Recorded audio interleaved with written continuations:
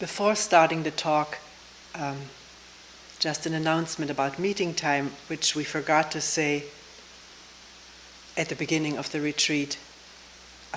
If one wishes to pool 2 10 minutes into one 20-minute meeting, that's fine. It would mean it is 2 days in one. I'm partly saying this so that if people wait and wonder how come somebody's in there so long, that's what's happening.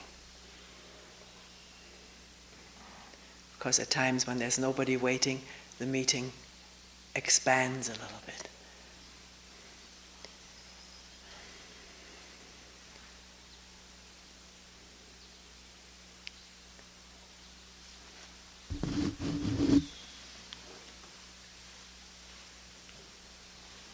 Today is the third day of the June 93 10-day retreat at Springwater.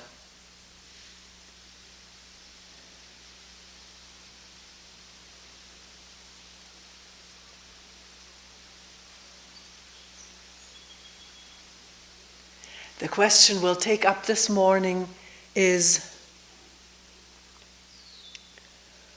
what do you mean when you say, look at thoughts? Look at your thoughts. Look at my thoughts.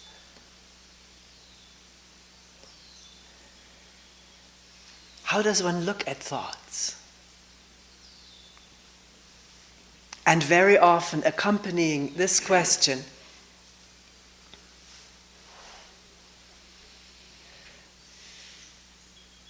someone will say, if I begin to do that, there's just no end to thinking. It just goes on and on and on. That's why I'd rather not look at thoughts. For fear it'll be overwhelming. So what does it mean to look at thoughts? Also, a second question often accompanies the first. Can one be aware while thinking? Is that even possible? To be aware while thought is going on? Because it seems it's either the one or the other. That question we could look at right now, this moment, because there is thinking going on, thoughts, words are needed to express something, and yet there's awareness. Is there awareness? There, some distant birds singing, some slight rustling of the leaves. The breath is there, isn't it? It's palpable, isn't it? Physical sensations, and yet one is listening to a talk, and the talk uses words and memory, the memory of the language. Examples are furnished by memory, maybe to elucidate a point that is being made. An example is provided by memory, and yet awareness is there.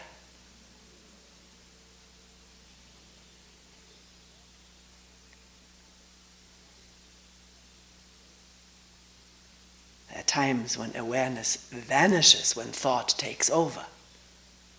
And then it is a kind of emotion-arousing thinking, which seems to draw the body together, and the space of awareness disappears. But I don't want to start with that phenomenon. Just to take at the beginning the fact that it is possible for awareness and thinking to go hand in hand.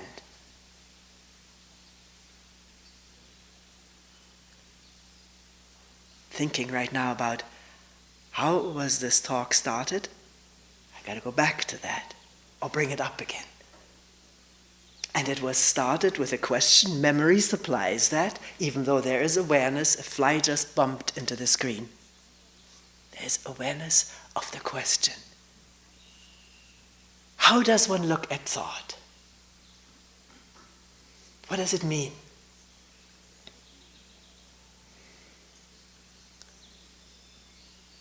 Does it mean, which may be the misunderstanding involved, does it mean thinking more about something that I've woken up to having thought?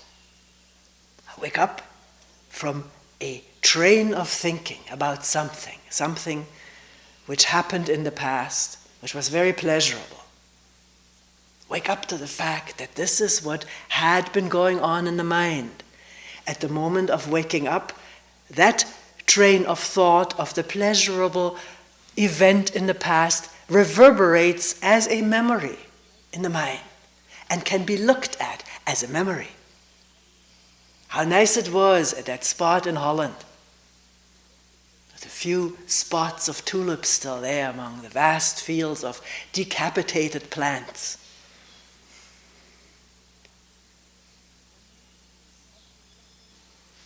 Now, the memory has been looked at a glance. At a glance, a thought involvement or fantasy or imagery involvement can be seen for its content, for what it is. Memory and its content. The field of tulips in Holland, or my home, or whatever you may be thinking about right now. At a glance, you can see it. And maybe what is seen is not just something very neutral, like a field of decapitated tulips, but something that annoyed me, or upset me, or gave me great pleasure, with a sort of an addictive drive to go on thinking about it. To continue the round of thinking about what he did to me, or what she said, or what happened that was so pleasurable, which usually involves a boost to myself, and the energy of that boost to myself can be repeated through remembering that scenario. That desire to go for more can also be seen in awareness, the urge to go on with it, the momentum of it, the power of it, can be seen, felt, experienced at this moment of becoming aware what was going on.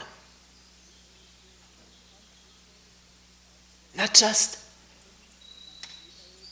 the content of the remembered scene, but the urge to continue with it.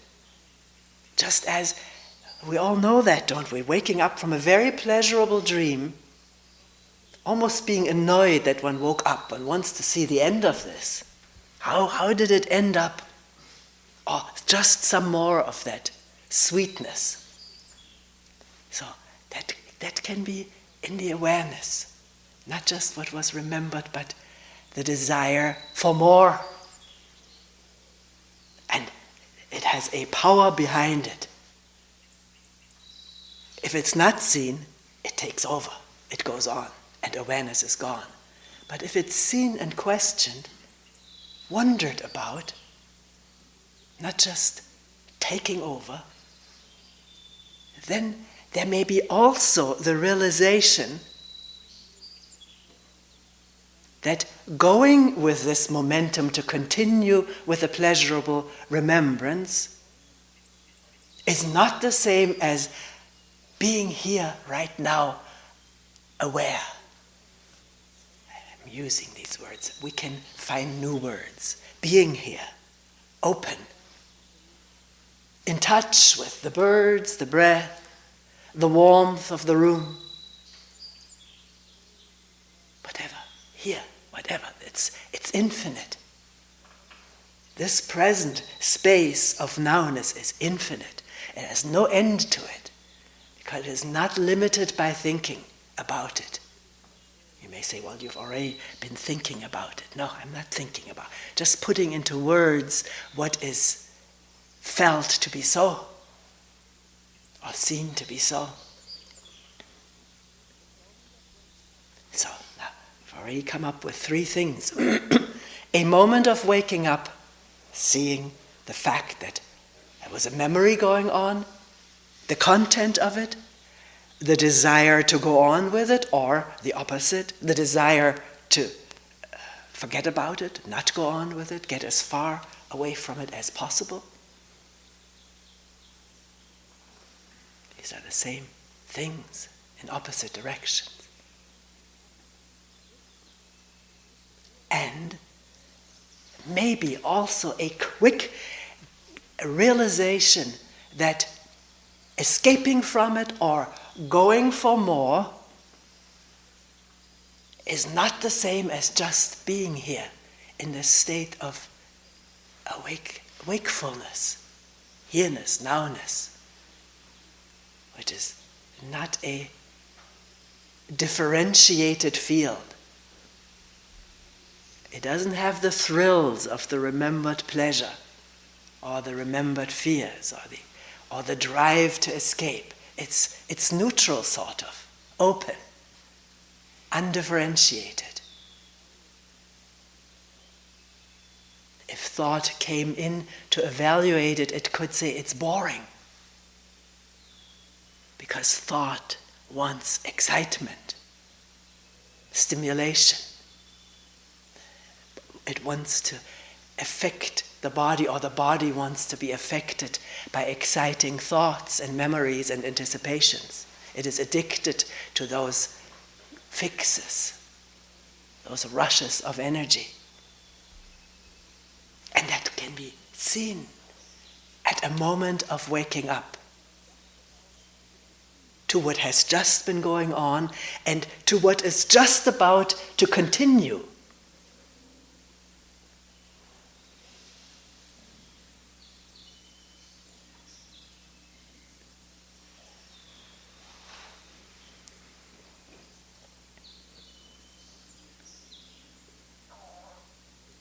And a realization that continuing or picking it up, going with it, or going away from it, changes this field of presentness into a narrow track for pleasure or escape or whatever.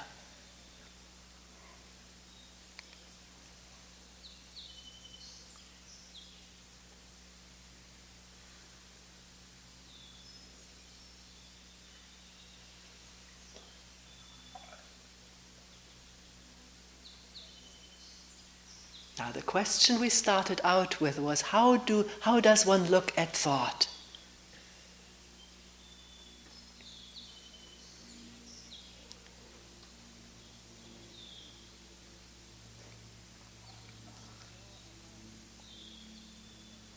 Is it clear that thinking more about what had happened in the same vein is not looking at it?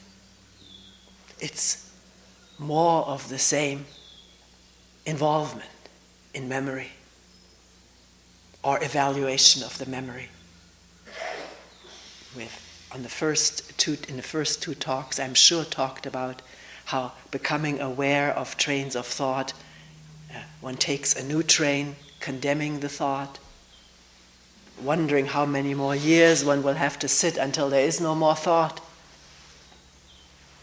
wondering about techniques to control thought, to provide more space, quiet space. That is not looking at thought, but to become aware of those movements, of wondering, how can I do it, or what is a method? Can I find one someplace? Maybe I go to a place where I will get a method. Those thoughts can come into awareness. They can become transparent, seen, felt. Because all the thoughts also are to be felt. They provide excitement or pleasure or pain or what we call fear, anger, physical accompaniments to the songs of thought.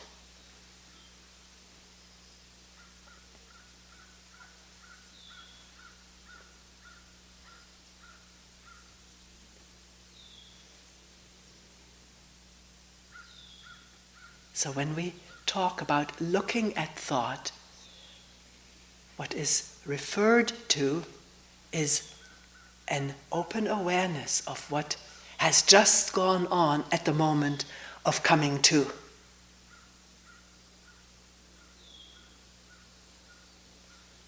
Allowing the memory of what just went on to be seen, to be exposed, looked at, felt in its connections with the body.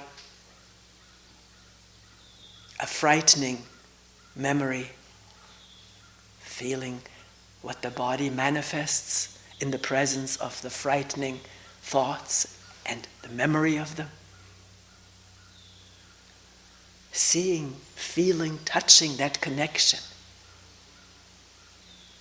That very vital understanding of the connection between thoughts and physical emotions, feelings, sensations. Because the clearer those connections become, the more frequently they are detected, the less one can fix this idea, or fix this entity of me that is doing all of that. I have fear, I am angry. It is an increasingly clearing realization that what takes place is an inter-network of thoughts and feelings and emotions going on all the time, and sensations, with no entity separable in this process.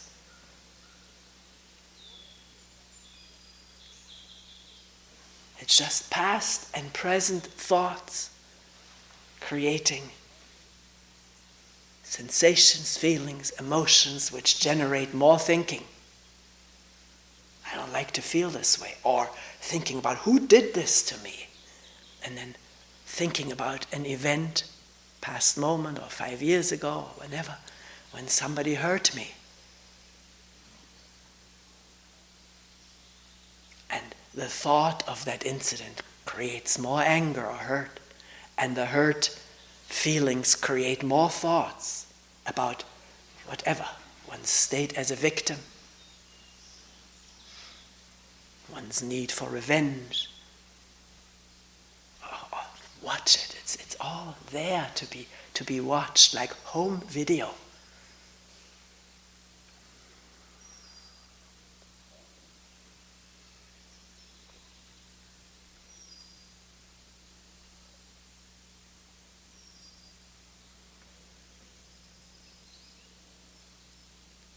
You could say, what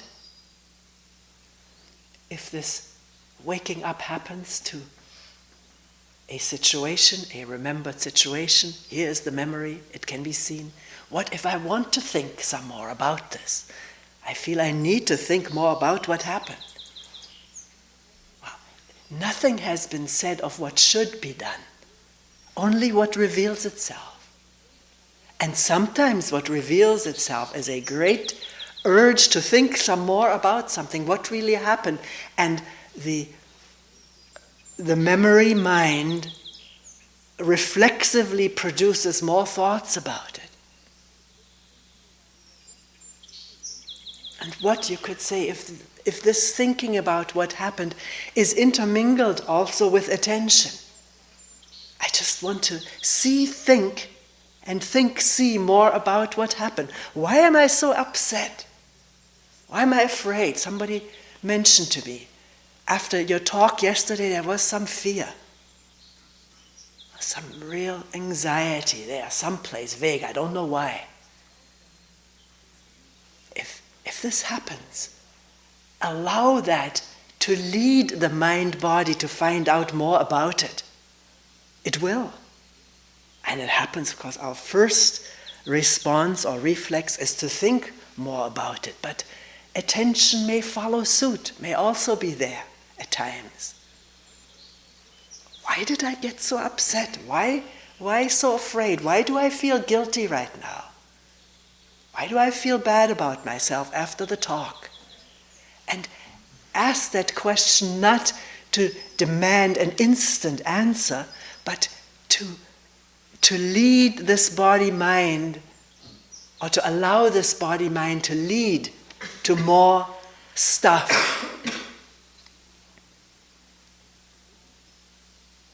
Sometimes this process, which has an urgency to it, produces questions.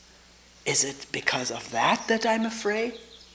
Because there was something threatening to my self-image or my feeling of existing as an entity? Is that it? Is that what made me afraid? One could ask, the question comes up like that, or differently for different people. And then as a question comes up, not to say anything, but to really wonder, is it because of this? Or was I threatened? What was threatened? And let things come up, let answers come up from this body-mind.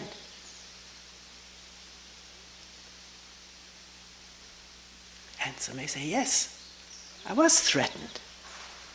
Some image that I have really clung to, identified with, is threatened, and that causes fear. And then maybe the fear is still there. So the question is that now is that all? Have I got it? And the answer is no, there's still discomfort there. Why?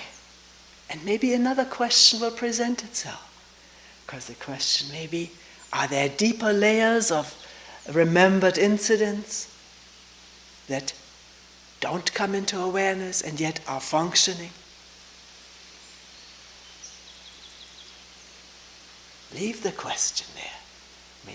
No answer may present itself, but the question in itself has power to keep something going or moving, or to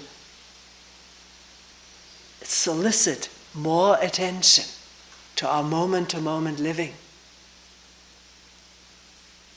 in fear and desire and maintenance of images and defensiveness and so forth.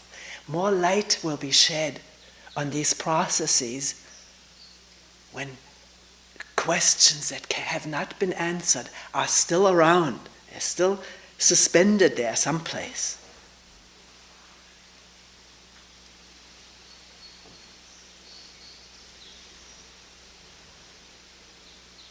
One person brought this up in the first meeting, if I remember right.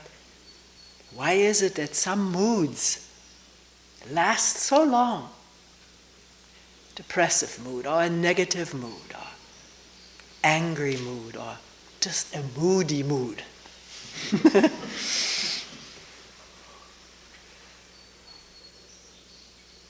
Because the person said, I saw the connection with a thought, but that didn't change. There must be more to keep this thing going and in place.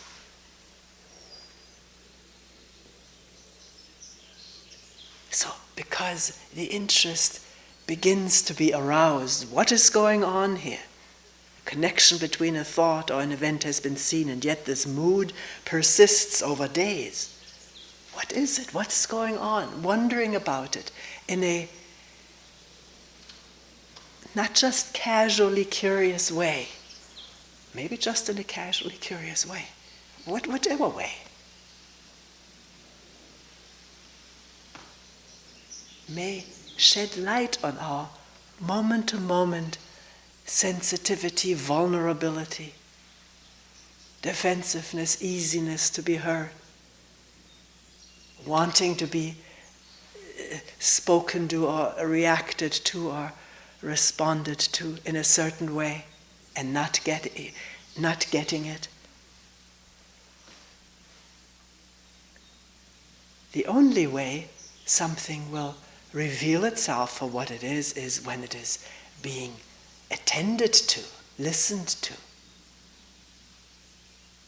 and not shoved away. I don't want to feel that.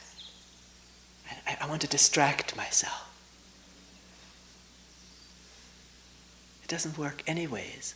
It's sort of just overlayering the mood with some more pleasant activity, but underneath it still keeps festering.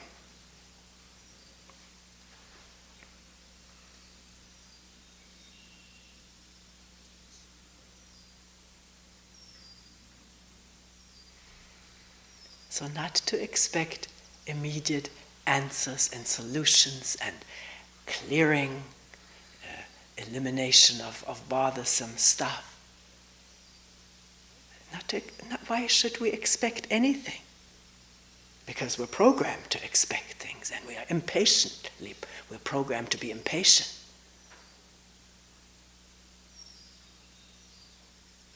We were dealt with impatiently to act properly now, right away.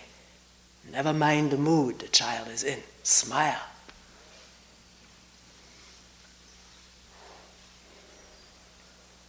So if we've learned that for over a long period of time, maybe very quickly, that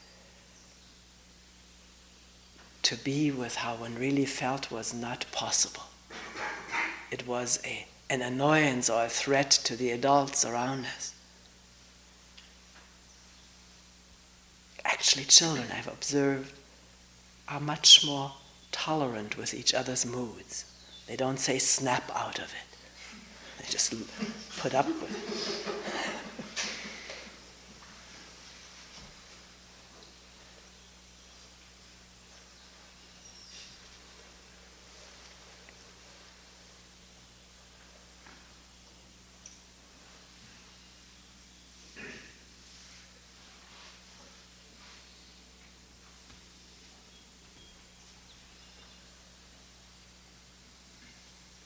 So have we covered this?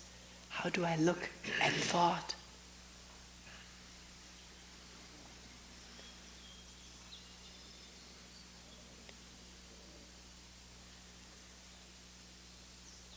Memory, connection between memory and the body. The desire to have more of it or to get as far away from it as possible. And all of that being noticeable. It's possible to catch it, to see it, to glimpse it. Maybe not just in short spurts. Maybe there's some stability to the awareness. That's possible. Awareness does not need to be like lightning bugs, come and gone. And yet, if it is like that, it's like that.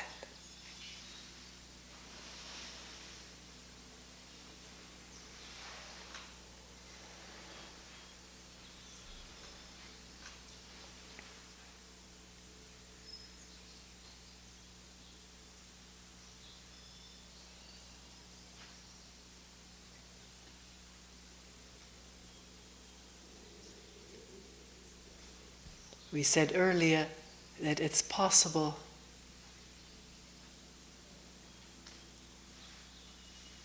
to become aware of an image just having arisen or having been there for a while, a pleasant image about myself or what will happen to me, something pleasant, and the energy that comes from the imagination of something pleasant that will happen to me, a trip I will take or somebody I will meet, a successful job I'll do or get, and the imagination of that supplying palpable energy to this body. That can come into awareness. And sometimes people who may have misunderstood what was said say, well, what's wrong with it? This is how we live, isn't it? A wonderful thing that we can look forward to pleasant things or backward to pleasant things and nurture these memories which supply the body with very much needed energies to get through the day. If I don't have something to look forward to, some people tell me I wake up in the morning and I just don't want to get up even. The energy doesn't seem to be there. If there's not something pleasurable or challenging or exciting, beckoning, I'm not saying what should be or shouldn't be, just to see what happens, how we function. I'm not saying to cut that off. When would we ever say that? To cut anything off? You can't see what is cut off through a repressive control mechanism, saying this is bad, shouldn't do this.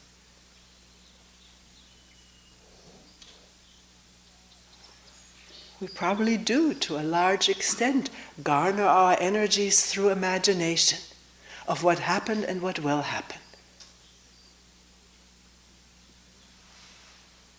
Nice things people say to us.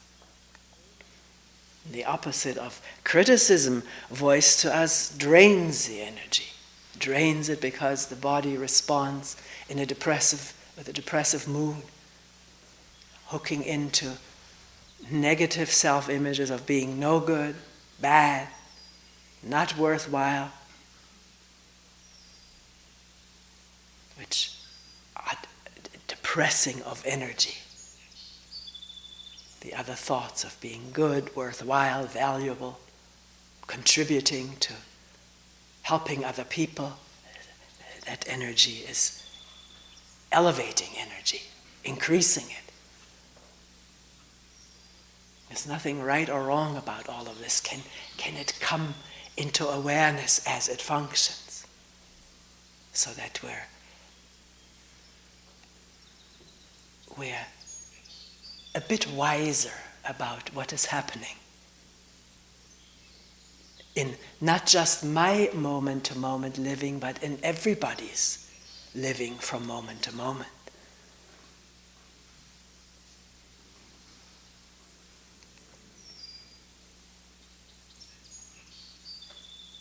But we said earlier, it is also possible to see and understand that remaining with imaginations of nice events to provide energy is a narrow, limited, and very precarious space to live in.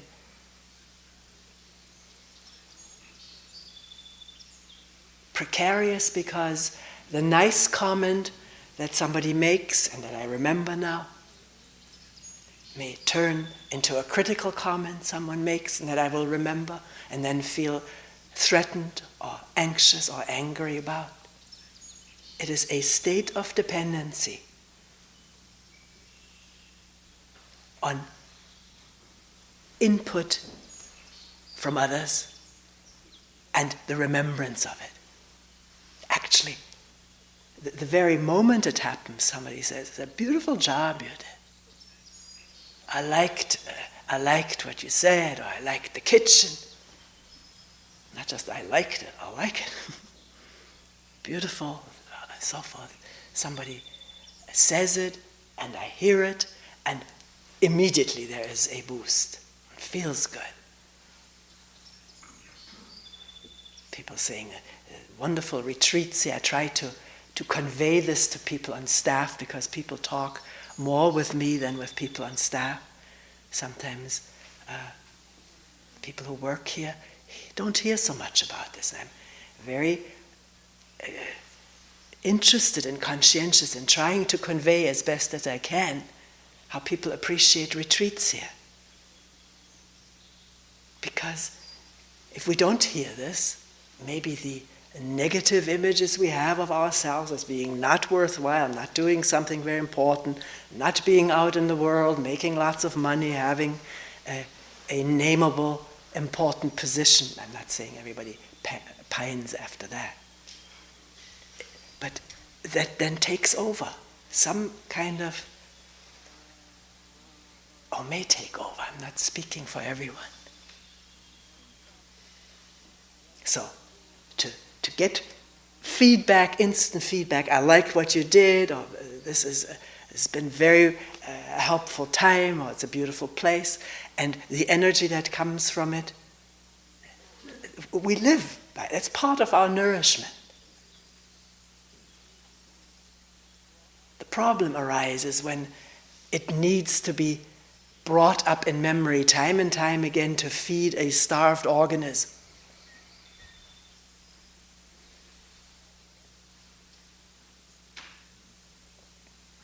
And because of the dependency on it, the fickleness of it, because as we depend on good memories or good comments, we also get thrown into the opposite state by painful memories or critical, negative comments.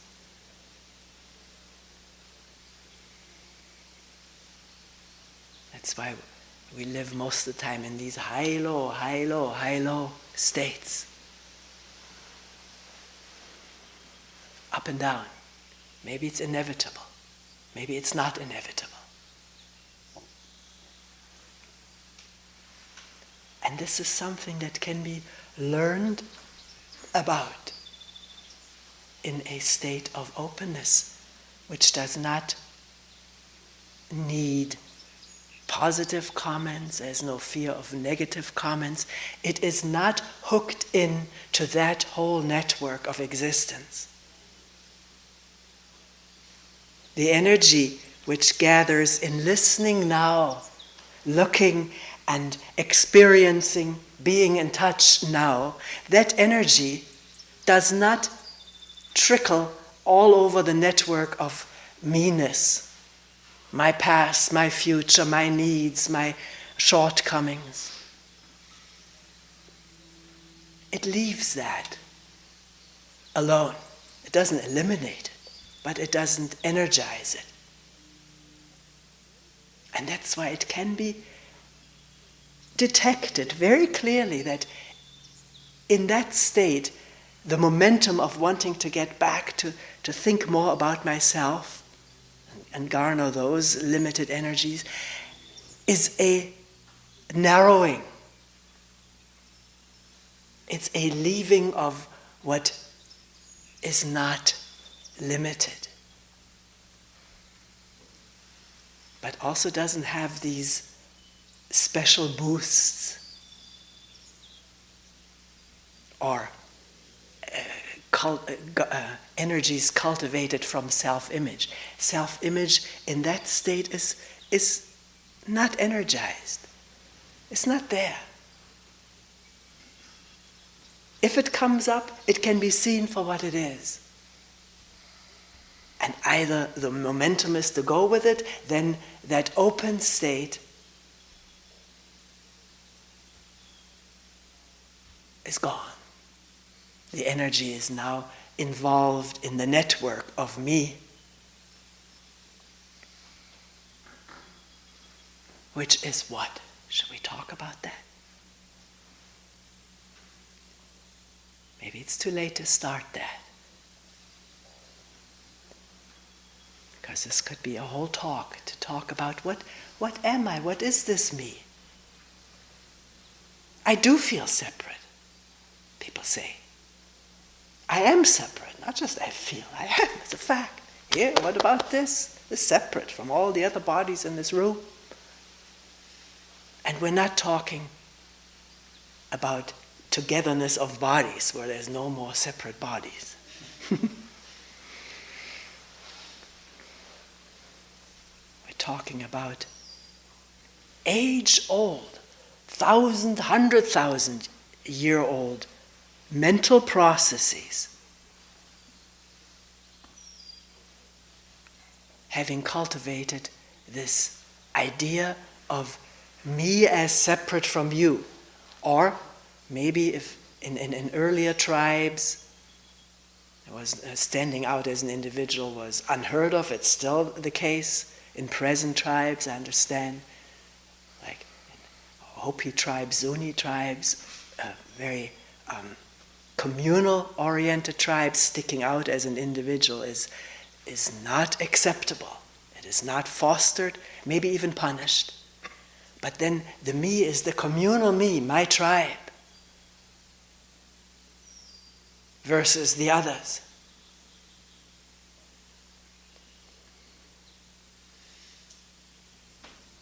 And we know that from being identified with a group or ethnic group or a country, a place. It's funny that I don't wear T-shirts usually which say anything on them. It's the first time I think I've had one.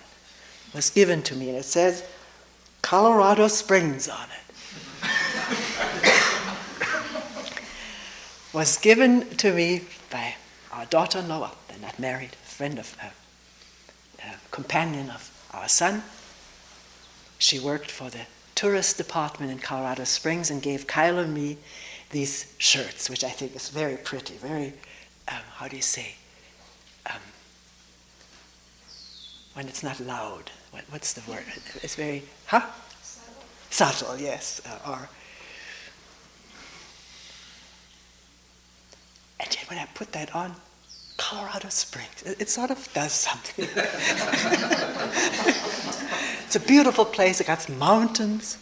All of a sudden you become identified with these mountains and the beauty of Pikes Peak, the red rocks there. Can happen so quickly, but it can also be seen so quickly, so that it doesn't begin to dominate the scene. That one is identified. Now this has become part of one. If somebody says it's a lousy place, this Colorado Springs, you know what legislation they passed there last year, then one may either not want to hear of it or become defensive, or maybe say it has nothing to do with the mountains.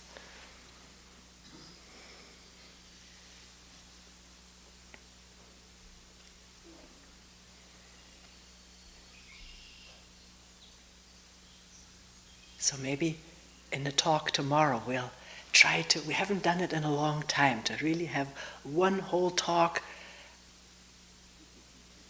dedicated to me.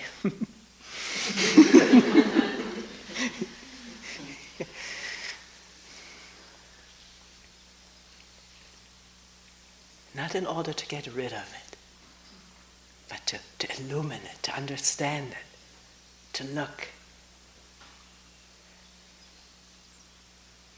Wonder about this amazing phenomenon, which may not be going on in animals. Maybe a human being, the first living being, living organism to have developed that phenomenon of thinking me and mine, identified and defensive. Although animals are defensive of their territory, their mates. It's not all new, is it? And these bonds and areas which are mine, that belong here, but I don't know how much it is accompanied by thought. It just all acted out and worked out instinctively, and therefore, one has to say, often much more intelligently. Then when thought comes in and complicates things to the nth degree,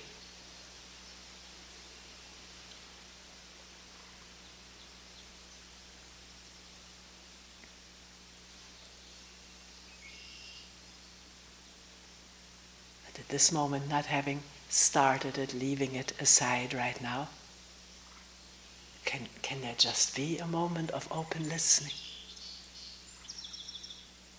And not needing or wanting anything of what's there.